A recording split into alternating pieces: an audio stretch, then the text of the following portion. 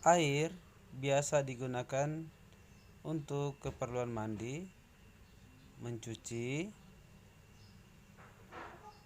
memasak, meminum, dan lain sebagainya. Namun tahukah kita bahwa air di permukaan bumi itu jumlahnya selalu tetap melalui beberapa tahapan atau disebut dengan siklus air. Siklus air merupakan proses perputaran air dari permukaan bumi menuju atmosfer kembali lagi ke permukaan bumi. Siklus tersebut dimulai dari pemanasan bumi oleh sinar matahari sehingga mengakibatkan air di permukaan bumi mengalami yang namanya proses penguapan, seperti misalnya air laut, air danau, air kali, air sungai, atau biasa disebut dengan evaporasi. Selain evaporasi, penguapan terjadi juga pada tumbuhan. Penguapan ini disebut dengan transpirasi. Kemudian, air yang menguap akan menuju atmosfer dan pada ketinggian tertentu, uap air tersebut akan mengalami perubahan wujud menjadi titik-titik air. Proses ini disebut dengan kondensasi.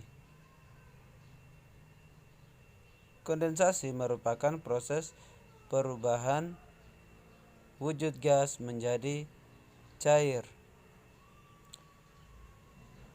Kemudian titik-titik air tersebut bergabung atau bersatu membentuk sebuah awan, dan semakin banyak titik-titik air tersebut sehingga awan yang dihasilkan menjadi lebih tebal dan gelap. Karena kandungan air dalam awan semakin banyak, sehingga terjadi proses presipitasi yang mengakibatkan turunnya air hujan.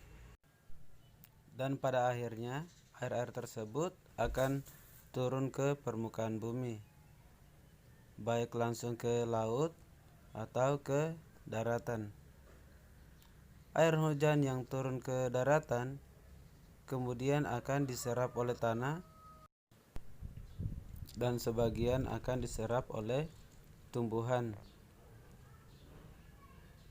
Air pada permukaan tanah akan dialirkan kembali ke bagian hulu air atau ke laut.